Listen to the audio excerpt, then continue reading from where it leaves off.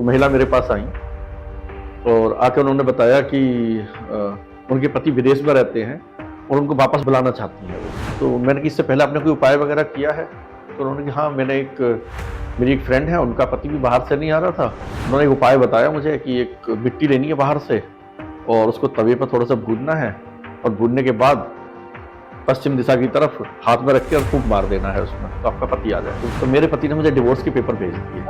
तो जेनेरिक उपाय जो होते हैं, किसी के कहने से नीम हकीम खतराए जान, कि आप अगर उपाय ऐसे कर लेते कि टीवी पे देख के आपने कर लिया या हम कोई बात कर रहे हैं उस पर आपने कोई उपाय कर लिया, तो ये एक जैसे सेकंड ओपिनियन डॉक्टर वाला था, वो आप कर सकते हैं, उसमें किसी का कोई नुकसान नहीं है। लेकिन बाकी चीजों के लिए ग्रहों के अनुसार, उस समय जो ग्रहों की स्थिति है उसके अनुसार उपाय कराए जाते हैं, लेकिन उपाय जेनेरिक नहीं होता, वो प्रिसाइज चीज होता है।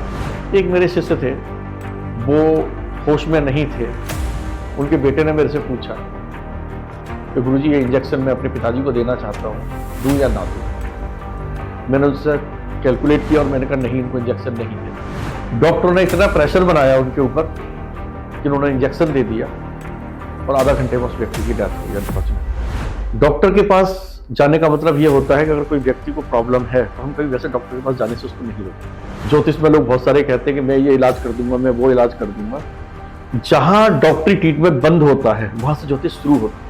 एक व्यक्ति मेरे पास आया एक बार, उसके घर में जॉन्डिस हो जाता था उसको बार बार, गाजियाबाद से। तो वो आने के बाद उसने कहा कि गुरुजी मुझे बार बार जॉन्डिस हो जाता है। मैंने कि सबसे पहले अपने घर का पानी चेक करा, उसके बाद मेरे पास आना, उसकी रिपोर्ट लेकर। और उसने जाके चेक कराया तो उसी में जॉन्डिस था, उसके घर के नलके के पानी में ही जॉन्डिस था। चेंज किया वो, उसके बाद कभी से जॉन्डिस नहीं हुआ। किसी डॉक्टर साहब ने बोला कि इस बच्चे की ग्रोथ नहीं हो रही और 1 महीने या 2 हफ्ते 3 हफ्ते इसकी ग्रोथ पीछे है। उनका फोन मुझे आया, मैंने कहा आप एक काम करिए, अपनी वाइफ को लेकर मेरे पास आ जाइए। और जो एनर्जी की मैं बात आपसे कर रहा था, मैंने एनर्जी दिया। 45 मिनट के अंदर बच्चे ने सबसे पहले तो किक करना शुरू किया, जो बहुत बड़ी बात थी, समझ लो। नमस्कार, महर्षि केशवानंद जी के YouTube चैनल पर आपका स्वागत है। और हमारे इस चैनल का ध्येय वाक्य है थिंक पॉजिटिव गेट पॉजिटिव। और हमारे साथ एक ऐसे विशेष मेहमान मौजूद हैं जिन्होंने अपनी जीवन में अनेक लोगों को पॉजिटिविटी से भरा है और उनकी उपस्थिति ही एक तरह से सकारात्मक माहौल बना देती है। यहाँ हमारे आज के विशेष अतिथि वो हैं जिन्हें केवल आपकी जन्म तिथि चाहिए और उसके बाद वो सब बता सकते हैं, आपकी सारी आप बीती, आपका भूत, वर्तमान और आपका भविष्य भी उनकी नजरों से दूर नहीं होता। तो चलिए आपका परिचय हम करा ही देते हैं। हमारे बीच में महर्षि केशवानंद जी हैं। राधे राधे। केशवानंद जी, आपका बहुत बहुत स्वागत इस विशेष पॉडकास्ट सीरीज में, जिसे हमने नाम दिया है थिंक पॉजिटिव गेट पॉजिटिव, जो कि हमारे इस चैनल का ध्येय वाक्य भी है। तो सबसे पहले तो मैं आपसे यही प्रश्न पूछना चाहूंगा कि इस चैनल का ये जो ध्येय वाक्य है, जो कि बहुत विशाल एक तरह से अर्थ अपने भीतर समेटे है, थिंक पॉजिटिव गेट पॉजिटिव, क्यों ये आपने रखा और किस तरह से हम आगे बढ़ते हैं? देखिए, ज्योतिष धर्म एक हमें पॉजिटिव एनर्जी, पॉजिटिव ऊर्जा देता है। ये धर्म सब व्यक्ति के लिए ये विषय नहीं है कि हमें जीने की कला सिखाए, सिर्फ हम कैसे जीवन को जिए, वो भी पॉजिटिव तरीके से, कैसे जीवन को जिया जाए। और सबसे बड़ी बात यह है कि आज के समय में जो हम इतनी टेंशन में रहते हैं, इतने परेशान रहते हैं, अच्छी नौकरी के बाद भी, अच्छे घर के बाद भी, सारी चीजें अच्छी होने के बाद भी हमारे दिमाग से टेंशन नहीं निकलती है, क्योंकि हमारी जो पॉजिटिविटी है वो इतनी कम होती जा रही है। धीरे धीरे धीरे धीरे हमारे जीवन का जो तरीका है, जिस तरीके से हम जीते हैं, उसके अनुसार अगर हम देखते हो, आज के लोग बहुत ज्यादा जो जी रहे हैं वो टेंशन में जी रहे हैं। वो अगर उनके जीवन में थोड़ी सी पॉजिटिविटी आ जाती है तो समझ लो हरियाली के समान होती है। जैसे सावन में सब सारे पौधे एकदम हरे हो जाते हैं, किसी के जीवन में अगर पॉजिटिविटी आ जाती है तो इसे हरियाली की तरह या बसंत की तरह हम देखते हैं इसके लिए। इसलिए हम कहते हैं अगर आप पॉजिटिव सोचेंगे तो आपको पॉजिटिव मिलेगा जीवन में, और नेगेटिव सोचेंगे तो नेगेटिव मिलेगा। इसलिए आपको जीवन में अगर पॉजिटिव सोचेंगे तो ये गारंटी है कि आपको पॉजिटिव ही मिलेगा, इसमें नेगेटिव कुछ हो ही नहीं सकता। तो आज से अपने जीवन के बारे में सिर्फ पॉजिटिव सोचिए। ये कुछ ऐसे ही है कि जिस तरह से एक जमीन है, वहां आप एक बीज आप डालते हैं, जिस तरह का बीज आप डालेंगे उस तरह का पौधा निकलेगा, उस तरह का फल हमें देगा। ये सत्य है। अगर आप आम बोएंगे तो आम मिलेगा, और बबूल बोएंगे तो बबूल मिलेगा।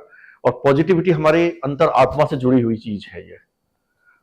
ये सिर्फ ये कहने के लिए नहीं कि आत्मा क्या होती है, आत्मा और परमात्मा अपने आप में एक है, इसी तरह से पॉजिटिविटी उसके साथ है। भगवान कहते हैं कि थिंक पॉजिटिव, या आप जब पॉजिटिव सोचते हो तो पॉजिटिव चीजें मिलेंगी, और नेगेटिव सोचेंगे तो नेगेटिव मिलेंगी।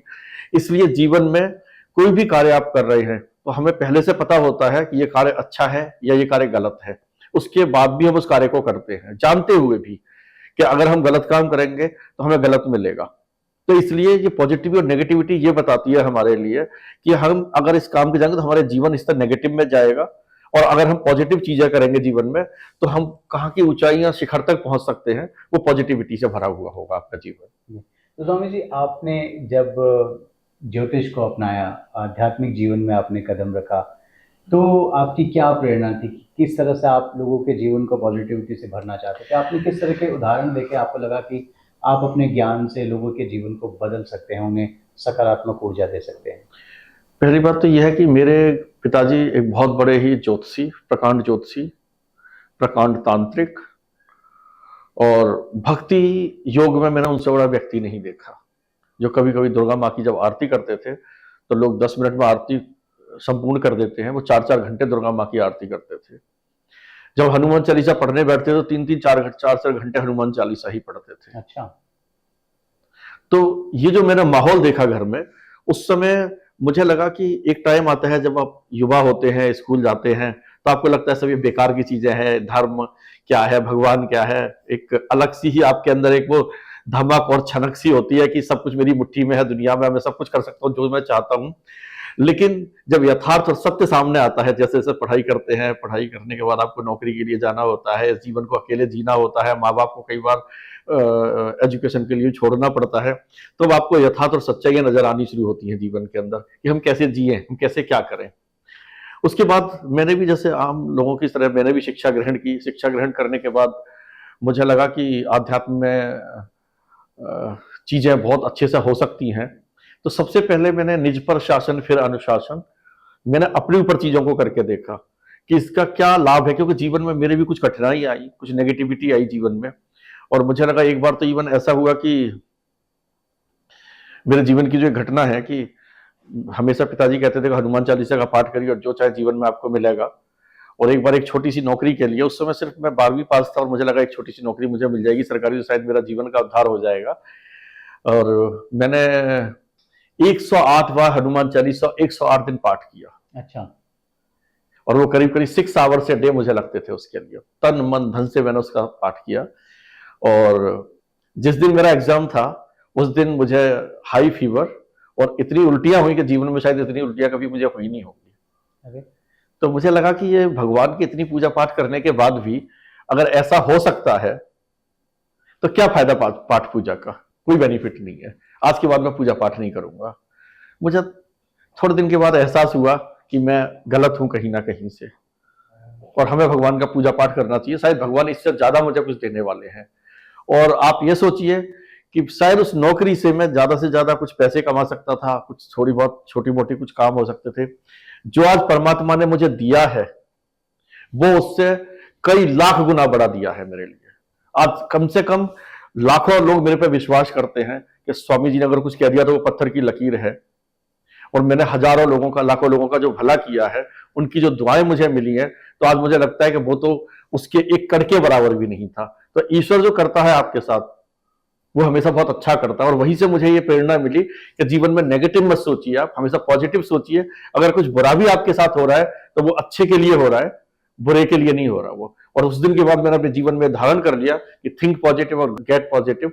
अपने जीवन में मैंने सोचा और मुझे जीवन में हर समय पॉजिटिविटी मिली। और ये भी एक सत्य है कि किसी ने अगर मेरे खिलाफ कुछ नेगेटिव किया तो ईश्वर ने वो मेरे साथ पॉजिटिव ही किया, उसमें नेगेटिव नहीं होने दिया उसने। अच्छा। और मुझे एक चीज़ और भी है कि अक्सर हम ये देखते हैं कि जो ज्योतिषी होते हैं या लोगों का भला करने का दावा करने वाले लोग होते हैं, मैं उन्हें ज्योतिषी भी नहीं कहूँगा, वो ऐसा दावा करते हैं कि लोग उनसे मिलें और उसके बाद उनकी सारी कठिनाइयाँ दूर हो जाएंगी, उनको कभी कोई समस्या नहीं आएगी। एक बार में जो कहते हैं ना कि सब कुछ ठीक कर देने की गारंटी देने वाले लोग हैं। क्या सच में ऐसा संभव है? कोई कर सकता है? देखिए, मेरा ऐसा मानना है कि अगर कोई व्यक्ति ये कहता है कि आप मेरे से मिलिए और मैं जीवन की सारी समस्या आपकी समाप्त कर दूंगा, तो दुनिया का सबसे झूठा व्यक्ति है वो, सबसे झूठा व्यक्ति है वो आपको धोखा दे रहा है और स्वयं को भी धोखा दे रहा है वो। ऐसा क्यों? आपने जो अपना कर्म किया है जीवन में, उस कर्म फल को आपको भोगना पड़ेगा और वो आपको स्वयं को भोगना है। जैसे भोजन हम स्वयं के लिए खाते हैं, तो कर्म का फल भी हमें स्वयं को भोगना होता है। अगर हमने कोई क्राइम किया है तो उसका पनिशमेंट हमें मिलेगा, किसी दूसरे को नहीं दे सकते आपस से। इसी तरीके से कर्म का फल है।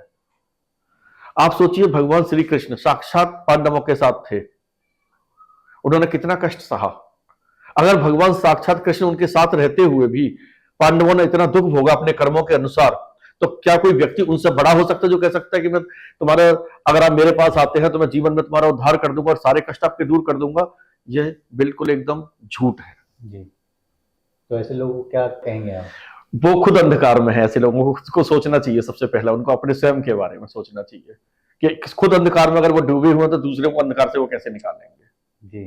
तो स्वामी जी, ये जो संसार है इसमें मतलब करोड़ों अरबों लोग हैं, उनके उतने ही दुख हैं और दुख की कोई सीमा नहीं है। हजारों किस्म के दुख हैं, जितने किस्म के लोग हैं उतने किस्म के उनके दुख हैं।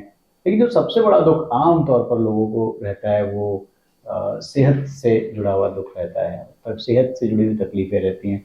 तो ज्योतिष में क्या सेहत को ठीक करने के लिए कुछ रास्ते हो सकते हैं?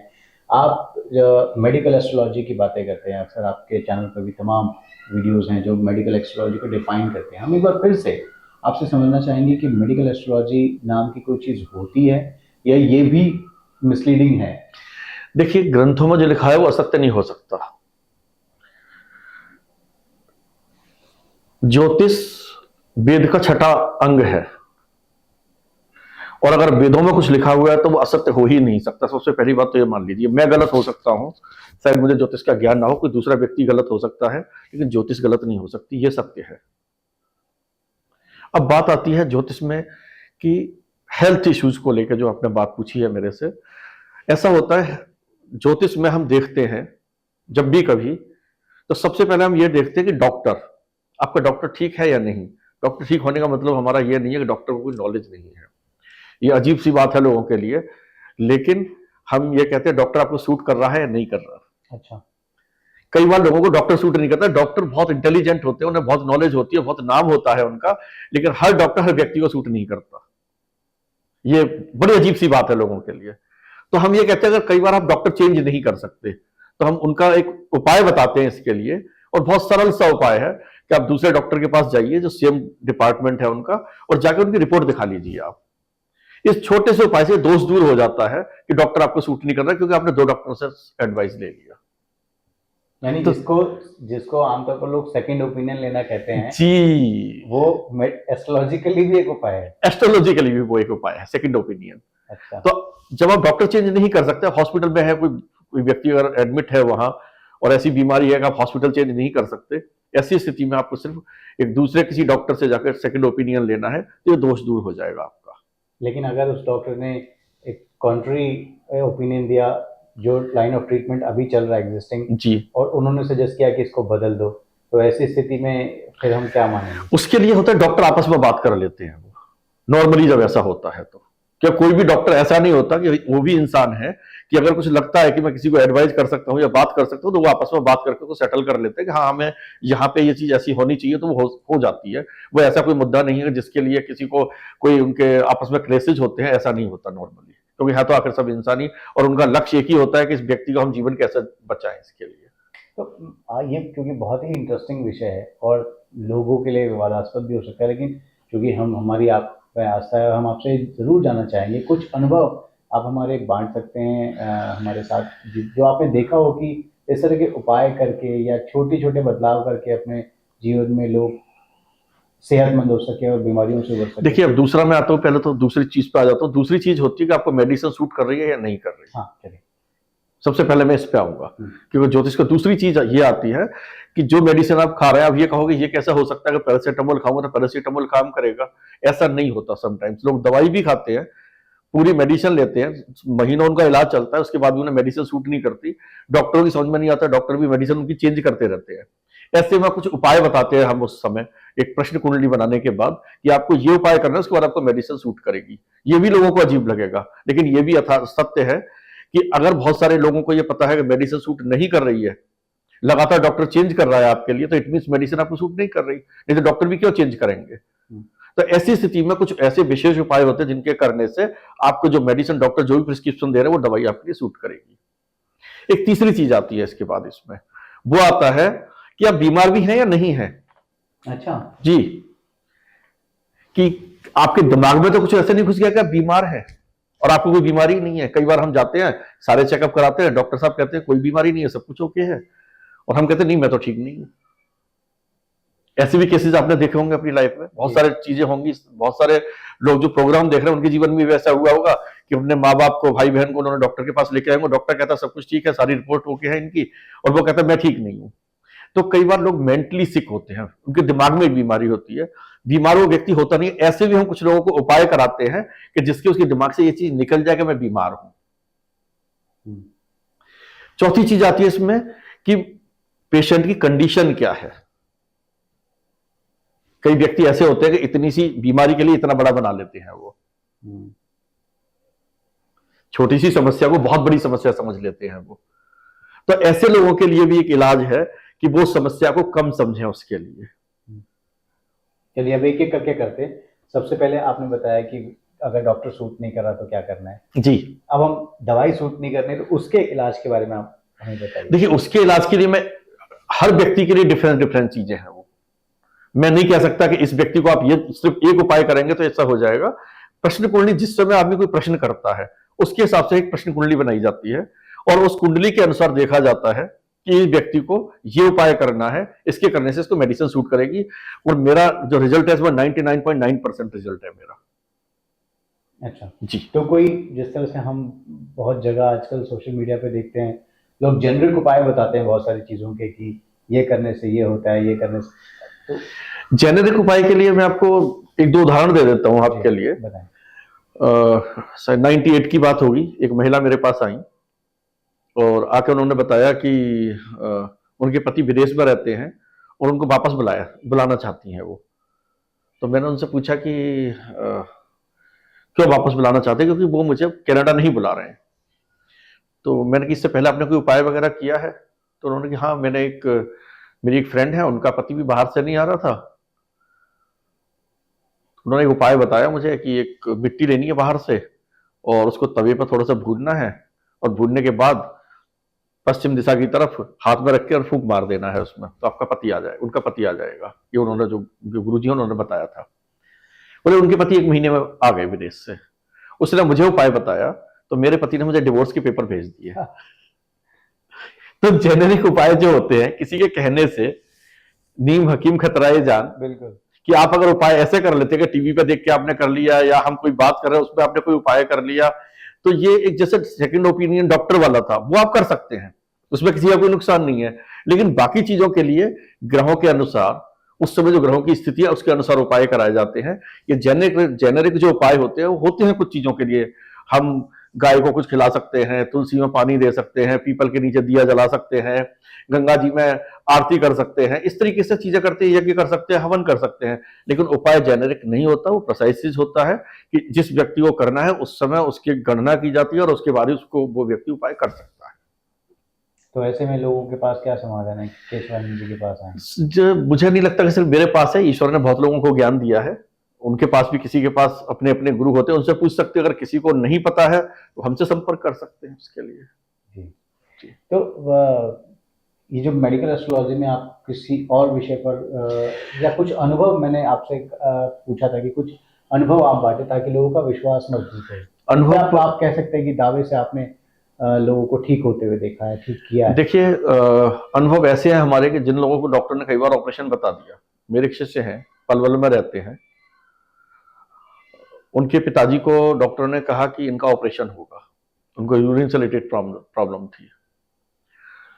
डॉक्टर ने खर्चा बताया 35,000 रुपीज के, 35,000 रुपए लगेंगे। और ये बात अब की नहीं है, 35,000 रुपए आज तो कुछ नहीं है, ये बात तो करीब 2,000 के आसपास की होगी, 99 की लगभग। उस समय 35,000 बहुत होती थी, उनकी खुद की तनख्वाह 2,000 रुपए महीने थी। वो मेरे पास आए और रोने लगे, गुरुजी मेरे पिताजी को बचा लीजिए। और ऐसे ऐसे बातें, मेरे पास पैसे नहीं है, और किसी भी तरीके से अगर हो सकता तो मेरे पिताजी को कोई उपाय हो सकती है, कोई पूजा पाठ हो सकती है, आप मेरी हेल्प करिए इसके लिए। मैं भी थोड़ा सा परेशान हुआ, मैंने प्रश्न कुंडली बनाई, उसके बाद सारा कुछ देखा, देखने के बाद मैंने कहा 2 रुपए हैं आपकी पॉकेट में? तो उन्होंने कहा बिल्कुल है। मैंने कहा 2 रुपए का उपाय कर दीजिए, ये 3 दिन के अंदर आपके पिताजी हॉस्पिटल से डिस्चार्ज होके ठीक होके घर पहुंच जाएंगे। और उनके पिताजी डिस्चार्ज होके 3 दिन के अंदर बिल्कुल ठीक हो गए। उनका वो ऑपरेशन हुआ और 20 साल बाद जाके हुआ। 108 साल की उम्र उनकी हुई है, अभी कुछ दिन पहले उनका शरीर पूरा हुआ है, इसी पिछले महीने की बात है, ये समझ लीजिए आप। गुरुजी वो उपाय सुनना चाहेंगे, लेकिन हम आप देखिए जेनरिक नहीं, लेकिन देखिए मतलब मुझे लगता है कि उपाय जेनरिक लोग ना कर लें, लेकिन फिर भी मैं बता देता हूं उपाय आपके लिए। क्या उपाय था? बहुत सिंपल सा उपाय था। 1 मुट्ठी आपने काले तिल लेने थे, मैंने उनको बताया। 1 मुट्ठी जौ लेने हैं, 1 मुट्ठी उड़द साबुत लेने हैं, काले कपड़े में बांधने हैं, 7 बार अपने पिता के ऊपर घुमाना है, और उसके बाद गंदे नाले में जहां तेज फ्लो हो वहां फेंकना है। मात्र ये उपाय मैंने करवाया था उनसे। लेकिन मेरे पास ऐसे सैकड़ों उपाय हैं, कोई ये पहला और आखिरी उपाय नहीं है। 9 ग्रह और 12 राशियां, इनको करेंगे तो 12 नंबर 108। 108 उपाय 1 ग्रह का होता है, समझ लो आप। अच्छा, तो इसलिए मैं कहूंगा कि जेनेरिक ना समझें, लेकिन मैंने जो कराया वो मैंने आपके लिए बता दिया।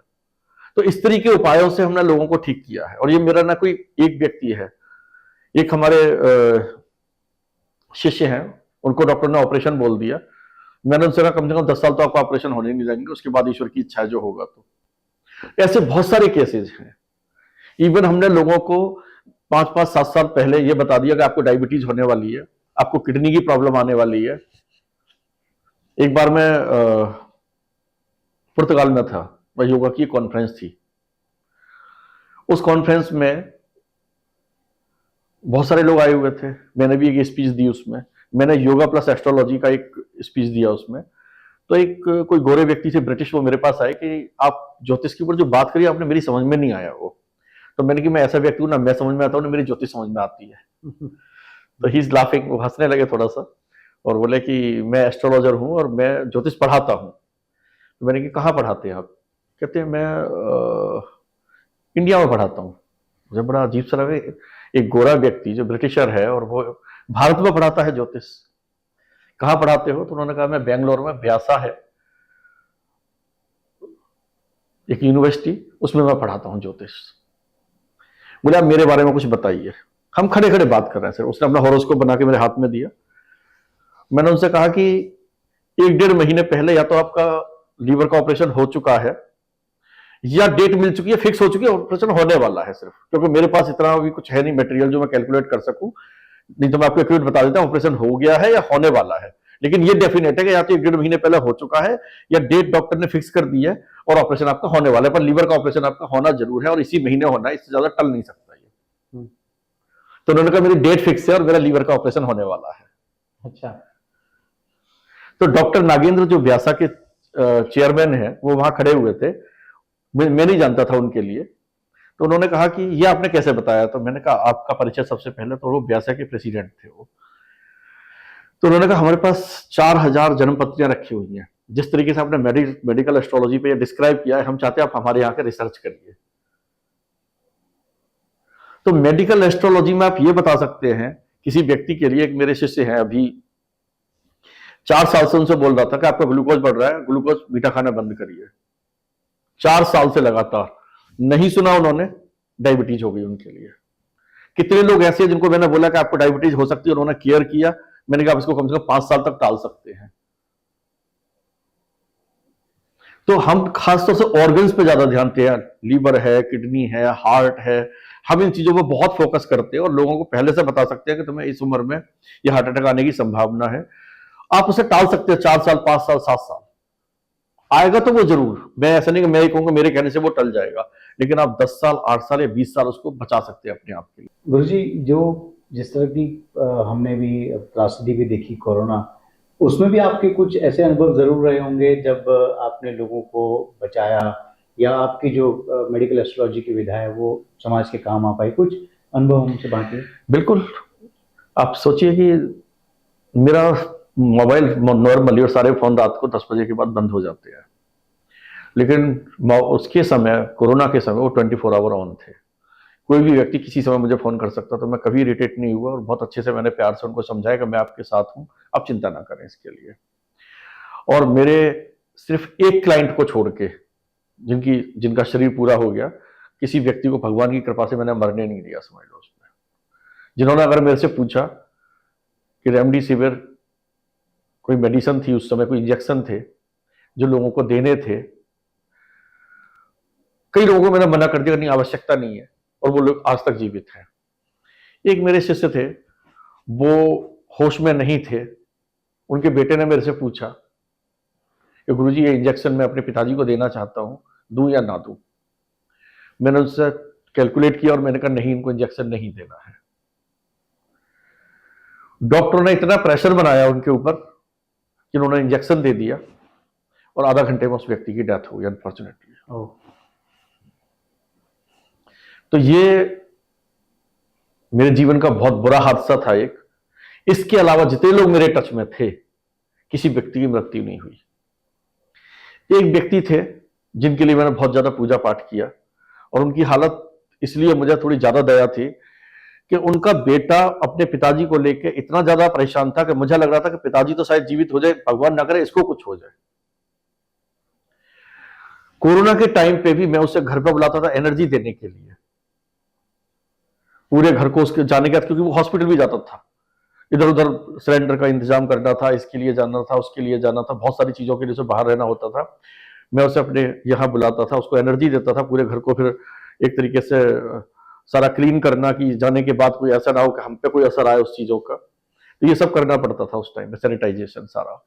लेकिन मैं कभी नहीं घबराया इस बात से, क्योंकि किसी की जिंदगी से ज्यादा कीमती कुछ नहीं हो सकता, और वो आज तक इस चीज का एहसान मानते हैं। तो उनके बेटे को देखकर मुझे लगा, पिताजी की तो उम्र थी 70 साल के आसपास, बेटे की उम्र थी 35 के आसपास, और घर में कोई और दूसरा जेंट्स बच्चे उसके बहुत छोटे छोटे। तो उसने कहा गुरुजी अगर मेरे पिताजी को कुछ हो गया तो मैं नहीं रहूंगा। उसकी हार्ट बीट इतनी ज्यादा होती थी, वो इतना परेशान कि बहुत ज्यादा। उसने बार बार आकर मेरे से रोज आकर मिलना, डेली गुरुजी आप ही बचा सकते हैं मेरे पिताजी के लिए।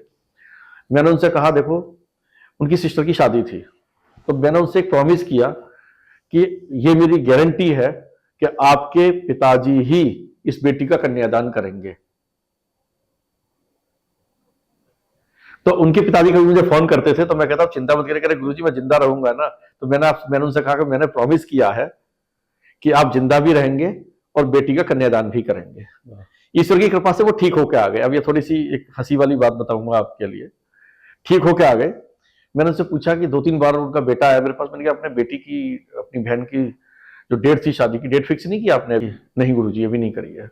3-4 बार हुआ ऐसा। तो मैंने उनसे पूछा कि रीजन क्या है भाई, तुम इतने परेशान थे बहन की शादी के लिए, पिताजी भी ठीक है, घर में सब कुछ ठीक हो गया, अब कोरोना भी कुछ नहीं है, तो क्यों शादी नहीं करते? कह रहे पिताजी को ये लगता है कि कन्यादान करने के बाद मैं जीवित नहीं रहूंगा। गुरुजी ने सिर्फ कन्यादान तक का आशीर्वाद दिया है मुझे। तो सॉरी, कभी कभी आदमी थोड़ा स्वार्थी हो जाता है उस चीज के लिए। मैंने कहा एक बार पिताजी को मुझे लेके आओ मेरे पास। वो आए मेरे पास। मैंने उनसे कहा ये ऐसा आशीर्वाद मैंने नहीं दिया आपको कि सब कन्यादान तक जीवित रहोगे, आप इसके बच्चे भी देखोगे, इसकी शादी भी देखोगे, इनके बच्चे भी बढ़ते हुए देखोगे। उसकी बेटी की शादी हुई, आज एक मतलब 3-4 महीने का उसका बच्चा है आज के समय में। तो कई बार लोग इतने भावुक हो जाते हैं अपने जीवन को लेके कि उन्हें लगा कि मुझे शादी के लिए थोड़ा टालना और चाहिए, क्योंकि मेरी जिंदगी सिर्फ शादी तक है। गुरुजी आपने एनर्जी देने का जिक्र किया जी। आपको जानने वाले लोग जानते हैं कि आप लोगों को जब एक सेशन कंडक्ट करते हैं जिसमें आप एनर्जी देते हैं ताकि लोग, वो कैसे संभव होता है कि एक व्यक्ति दूसरे व्यक्ति में एनर्जी ट्रांसफर कर सके? क्या करते हैं आप? थोड़ा सा हमारे दर्शकों के लिए आप बताएं। देखिए, इसको हम हमारे शास्त्रों में इसको कहते हैं शक्तिपात क्रिया। शक्तिपात क्रिया ये होती है कि जो एनर्जी ऊर्जा आपके अंदर है और आपको मिली है, ये आपको गॉड गिफ्ट में मिली है, पहली चीज तो ये।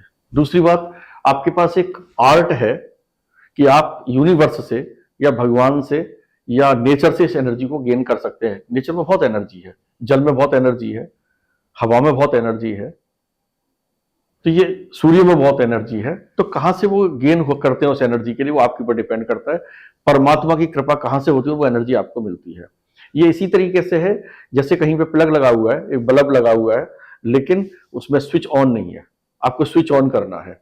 या समझ लीजिए आप, जैसे हम आजकल चार्जिंग वाली बैटरी आती हैं कि हमने प्लग लगा दिया, 2 घंटे बाद वो चार्ज हो गया, हमने दोबारा से उनको रीयूज कर लिया, फिर दोबारा से उनकी चार्जिंग खत्म हो गई तो हमने वो कर लिया। ये पर्टिकुलर हर व्यक्ति नहीं कर सकता। ये बहुत सारे लोग कहते हैं कि मैं कुंडलिनी जागरण कर देंगे, कुंडलिनी जागरण कर देंगे। कुंडलिनी जागरण स्वयं से ही व्यक्ति कर सकता है, कि दूसरा व्यक्ति नहीं कर सकता। हम उसको एक्टिवेट करते हैं। एक्टिवेट करने के बाद आप खुद से अपनी कुंडली जागृत कर सकते हैं। वो आपको ही करना पड़ेगा, ये मार्ग आपके लिए है, कोई दूसरा नहीं चल सकता उसके लिए। लेकिन ये सरासर झूठ है। कोई व्यक्ति अगर ये कहता है कि मैं तुम्हारी कुंडली जागृत कर सकता हूं, तो ये झूठ है। हम क्या करते हैं, हमारी बॉडी के अंदर जो षट चक्रास हैं उस पर हम एनर्जी देते हैं। किसी व्यक्ति को जो बीमार होता है, डिप्रेशन में होता है, टेंशन में होता है, उस एनर्जी के बाद ये मेरी गारंटी है कि 45 मिनट टू 1 आवर हम उसको एनर्जी देते हैं। उसके बाद वो खुद से फील करके बोलेगा कि हाँ मुझे इस एनर्जी का फायदा है, और 4-5 सेशन अगर वो लेता है या 10 सेशन लेता है, उसके बाद लोग उससे बोलते हैं कि you are looking very good, आपकी टेंशन खत्म हो गई, आपका डिप्रेशन खत्म हो गया, आपकी हेल्थ इंप्रूवमेंट हो गई। तो ये हम कर सकते हैं इसके लिए। तो ये तो ऐसा साउंड कर रहा है जैसे आप स्पा में जाते हैं और बहुत रिलैक्स होके आते हैं। नहीं, ये स्पा तो बिल्कुल डिफरेंट चीज है। स्पा में तो आप अगर जाएंगे तो 10-15 मिनट के लिए अच्छा लगेगा ना आपके लिए, कोई आपको मेडिकली बेनिफिट तो नहीं मिलेगा ना उसका। मैं तो मेडिकली बेनिफिट की बात बता रहा हूँ आपके लिए। प्रोसेस में समझना चाहूंगा कि आप कैसे करते हैं। ये मैंने जैसे बताया कि यूनिवर्सल एनर्जी है ये। हम अपने शरीर की जो कुंडलिनी है उसको चैतन्य अवस्था में लेके आते हैं। उसके लिए हमारे जो चक्रास हैं वो दूसरे व्यक्ति के चक्रास से हम कनेक्ट करते हैं। जैसे मैंने आपको बताया 7 बल्ब आपने लगा दिया और एक एक को कनेक्ट कर दिया आपने, एक ट्रांसफार्मर की तरह हमने उसमें एनर्जी को सेंड कर दिया आपके, और वो एनर्जी आपको मिल गई वहां से। इसके किस तरह के रिजल्ट्स आपने देखे हैं? रिजल्ट मेरे हिसाब से मेरे पास तो 90% से सारे ऊपर रिजल्ट होंगे। इसमें कोई ऐसा व्यक्ति नहीं मिला जिसने, अभी मैं रिसेंटली बता देता हूं कि हॉलैंड में एक महिला है और उनको काफी घर से थोड़ी परेशानी थी और घर में काफी उनकी समस्या चल रही थी इस चीज को लेकर, और वो काफी अनहेल्दी भी थी, बॉडी पेन और ये बीमारी कोई थी नहीं एक्चुअली उनके लिए, लेकिन उन्हें लगता था कि बहुत सारी बीमारियां मुझे हैं। डॉक्टर ने सारे चेकअप कर लिए, सब कुछ कर लिया। उसके बाद उनसे कहा था कि आप एक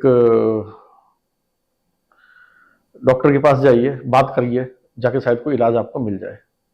वो सिकियाट्रिस्ट के पास गए, डेट फिक्स करी कि मुझे जाके मिलना है डॉक्टर से।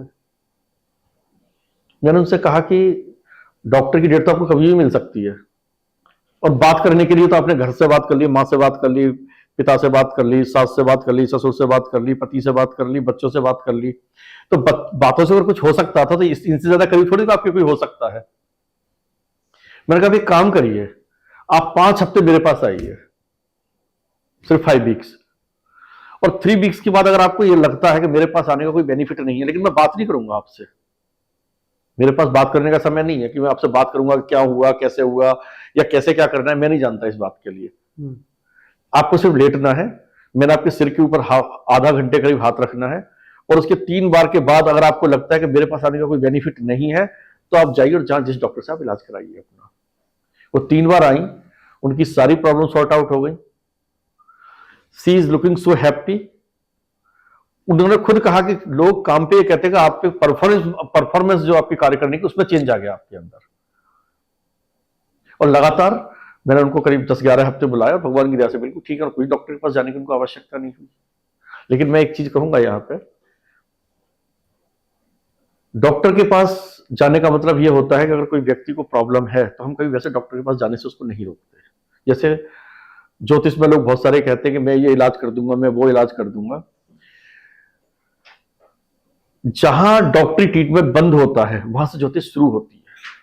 जैसे किसी व्यक्ति को फीवर आ रहा है, लगातार डॉक्टर ने उनको एंटीबायोटिक दे दिया, इंजेक्शन दे दिए, मेडिसिन दे दी, सारी मेडिसिन, उनका फीवर नहीं उतर रहा है, तो यहां से एस्ट्रोलॉजी अपना काम करती है। हम किसी को दवाई नहीं देते, इसीलिए जो एस्ट्रोलॉजी का काम है वो मेडिकल के बाद आता है। वो कि जब ऑलरेडी तुम्हारा इलाज नहीं हो सकता है तो हम कहते हैं कि दवा और दुआ दोनों की आवश्यकता है आपको। जब सिर्फ दवा से काम नहीं चल रहा है तब, अगर मेडिसिन से आपका काम चल रहा है तो हमारा कोई काम नहीं है उसमें। एक व्यक्ति मेरे पास आया एक बार, उसके घर में जॉन्डिस हो जाता था उसको बार बार गाजियाबाद से। तो आने के बाद उसने कहा कि गुरुजी मुझे बार बार जॉन्डिस हो जाता है। मैंने कि सबसे पहले अपने घर का पानी चेक करा, उसके बाद मेरे पास आना उसकी रिपोर्ट लेके। और उसने जाके चेक कराया तो उसी में जो जॉन्डिस था उसके घर के नलके के पानी में ही जॉन्डिस था। उसके बाद उसने चेंज किया वो, उसके बाद कभी से जॉन्डिस नहीं हुआ। तो मेरा मतलब नहीं है कि मैं नहीं जॉन्डिस ठीक कर दूंगा आपका, नहीं, आपको सबसे पहले देखना है कि होता किस चीज से है, जड़ क्या है इसकी, जड़ पानी है, तो आप पानी पहले अपने यहाँ का चेक करिए आप उसके लिए। तो विज्ञान और वेद ये दोनों हम साथ साथ लेके चलते हैं। ऐसा नहीं है कि हम ये कहने के लिए डॉक्टर सब बेकार की बातें करते हैं, ऐसा नहीं है, डॉक्टरों का अपना काम है, हमारा अपना काम है इसके लिए। तो जी हमने सुना है कि जो गर्भवती महिलाएं होती हैं, गर्भस्थ शिशु जो होते हैं, उनको भी आप एनर्जी ट्रांसफर कर देते हैं, क्या ये संभव है? मतलब इट साउंड्स वियर्ड, क्योंकि मेडिकली कोई इस चीज को मानेगा नहीं, लेकिन देखिए, आपके अनुभव क्या कहते हैं? देखिए मैं दो चीजें कहूंगा इसमें। मैंने इसमें काफी एक्सपीरियंस किया है, बहुत ज्यादा तो मैंने नहीं किया कि मैंने 100 औरतों को एनर्जी दी हो, लेकिन खासतौर से लेडीज के लिए क्या होता है, बिफोर डिलीवरी और आफ्टर डिलीवरी मेंटली बहुत डिस्टर्ब रहती हैं लेडीज, बहुत ज्यादा डिस्टर्ब, उनके बिहेवियर में बहुत ज्यादा चेंजेस आते हैं। हम उन चेंजेस को रोकते हैं और उनको हैप्पीनेस देते हैं, जैसे कहा थिंक पॉजिटिव गेट पॉजिटिव। तो यहां उन्हें इस स्थिति में लेके आ जाते हैं, वो खुश रहना सीख लेते हैं, वो खुशी जो है वो उनके जीवन में आ जाती है, और उससे बच्चे की सेहत के ऊपर बहुत फर्क पड़ता है। एक बार ऐसा हुआ कि किसी डॉक्टर साहब ने बोला कि इस बच्चे की ग्रोथ नहीं हो रही है, और 1 महीने या 2 हफ्ते 3 हफ्ते इसकी ग्रोथ पीछे है, और बच्चा मूव नहीं हो रहा था, मूवमेंट नहीं हो रही थी बच्चे के अंदर बिल्कुल भी। और ऐसी स्थिति बड़ी खतरनाक होती है कि बच्चा जब मूवमेंट ना कर रहा हो और साथ में बच्चे की ग्रोथ ना हो रही हो, तो बहुत अच्छी कंडीशन नहीं होती। उनका फोन मुझे आया, मैंने कहा आप एक काम करिए, अपनी वाइफ को लेकर मेरे पास आ जाइए। मैंने 45 मिनट में बिल्कुल ठीक हो जाएगा, बच्चा भी और मां भी। और जो एनर्जी की मैं बात आपसे कर रहा था, मैंने एनर्जी दिया, 45 मिनट के अंदर बच्चे ने सबसे पहले तो किक करना शुरू किया, जो बहुत बड़ी बात थी, समझ लो। विद इन 45 मिनट्स मैंने उससे कहा था कि जब बच्चे से किक करा के छोड़ूंगा, जब एनर्जी तभी बंद होगी, इससे पहले एनर्जी बंद नहीं होगी। तो विद इन 45 मिनट्स या विद इन 1 आवर एक तो बच्चे ने किक करना शुरू कर दिया, बच्चे ने मूवमेंट शुरू कर दी, और मैंने उनसे कहा कि आप जाइए नेक्स्ट टाइम पे डॉक्टर से, वो ये कहेंगे आपसे कि इसकी ग्रोथ परफेक्ट है, कोई इसकी 2 हफ्ते जो पीछे है वो इसकी ग्रोथ भी नॉर्मल हो गई है। और ऐसा ही हुआ, ग्रोथ भी नॉर्मल हुई, बच्ची भी नॉर्मल हुई, और बड़ी अच्छी सुंदर सी बच्ची को उन्होंने जन्म दिया उसके लिए। तो ये जो एनर्जी देने वाला जो प्रोसेस है, क्या इसमें किसी तरह का खतरा भी है? मतलब अगर कोई नीम हकीम के पास जाए तो? देखिए, मुझे ऐसा लगता है कि खतरा तो इसमें बिल्कुल भी नहीं है, क्योंकि किसी के पास या तो एनर्जी होगी तो पॉजिटिव तरीके से देगा, और जिसके पास होगी नहीं तो वो बेचारा क्या देगा उसके लिए। तो इसमें खतरा ऐसा कुछ नहीं है। हाँ, लोग बस इतना जरूर है, किसी तरीके से लोग पैसा कमा सकते हैं, मिसयूज कर सकते हैं, वो अलग मैटर है, लेकिन इसमें खतरा कुछ भी नहीं है। अच्छा, लेकिन खतरा, क्योंकि सभी व्यक्ति आपके पास पर्सनली नहीं आ सकते, आपको देखने वाले अभी इस वीडियो के माध्यम से लाखों करोड़ों लोग आपको देखेंगे, सब आपको अप्रोच नहीं भी कर पाए, तो क्या ये जो थिंक पॉजिटिव गेट पॉजिटिव वाला जो ये मंत्र है हमारा, जो ध्येय वाक्य है, इससे कुछ प्रेरणा उन महिलाओं को मिल सकती है जो प्रसूता होने वाली? देखिए, मैं ये कहूंगा, जो भी महिलाएं हैं, पुरुष हैं, जिनको बहुत ज्यादा परेशानी है, बहुत ज्यादा टेंशन है, उनके लिए 2 चीजें हम बताते हैं। सबसे पहले तो शक्ति और शिव, 2 हमारे महत्वपूर्ण चीज है, जो कुछ भी नहीं कर सकते, आंखें बंद करें या भ्रकुटी पे अपना ध्यान लगाएं और ओम नमः शिवाय का जाप करें। और दूसरा एक नवाड़ मंत्र है जो दुर्गा माँ का है, ओम ऐं ग्रीं क्लीं चामुंडाय विच्चे, ऐं ग्रीं क्लीं चामुंडाय विच्चे, ऐं ग्रीं क्लीं चामुंडाय विच्चे। ये बीज मंत्र है, बहुत मतलब लोगों को लगता है कुछ भी नहीं है, 9 अक्षर है सिर्फ, ये 9 शब्द है, 9 अक्षर है ये। आप जब एक बार अपने जीवन में से, लेकिन कम से कम आपको 1 घंटे करना है ये सब, मोबाइल बंद करके, सारे फोन बंद करके, ध्यान परमात्मा पे लगा के आप करके देखिए। ओम नमः शिवाय, ऐं ग्रीं क्लीं चामुंडाय विच्चे। शिव और शक्ति, इनसे बड़ी दुनिया में कोई चीज नहीं है। शिव की कृपा होगी, घर में सुख शांति समृद्धि मिलेगी, और शक्ति की कृपा होगी तो आपकी तरफ कोई आंख उठा के देख नहीं सकता। तो पहली चीज विश्वास हो गई और दूसरी चीज आराधना हो गई जी। तो मुझे लगता है कि इसी गुड नोट पर हमको आज के इस वीडियो को समाप्त करना चाहिए। धन्यवाद। आप कुछ और कहना चाहते हैं? मैं कहूँगा लोगों के लिए, जो कहा थिंक पॉजिटिव गॉट पॉजिटिव, इस पर जरूर विचार करना चाहिए, और अपने जीवन में सिर्फ पॉजिटिव सोचना चाहिए। और पॉजिटिव सोचेंगे तो ये हमेशा जीवन में पॉजिटिव ही मिलेगा, ये ईश्वर का और मेरा आशीर्वाद भी है। बहुत बढ़िया। तो अपने जीवन में आप पॉजिटिव सोचिए, पॉजिटिव पाने की कामना कीजिए, अपने आसपास की जो नकारात्मकता है, नेगेटिविटी है, उससे दूर हटने की कोशिश कीजिए। और अगर आपको कोई और समस्या है जिसका समाधान आप चाहते हैं, तो हमें हमारे इस कमेंट बॉक्स में लिखें और हमारे महर्षि केशवानंद जी से सही उपाय आपके लिए क्या है। याद रखिए कि जेनरिक उपाय नहीं हुआ करते हैं, जैसा कि स्वामी जी ने कहा, आपकी स्थिति के हिसाब से, आपकी कुंडली के हिसाब से, आपकी परिस्थिति के हिसाब से आपके लिए उपाय होगा। आप जरूर संपर्क कीजिएगा और ऐसे ही अपने जीवन में थिंक पॉजिटिव गेट पॉजिटिव देखते रहिए हमारी विशेष श्रृंखला। अगली बार एक नए विषय के साथ आपसे मिलने आएंगे यही महर्षि केशवानंद जी के इस यूट्यूब चैनल पर। स्वामी जी फिलहाल के लिए बहुत जय श्री राधे राधे राधे।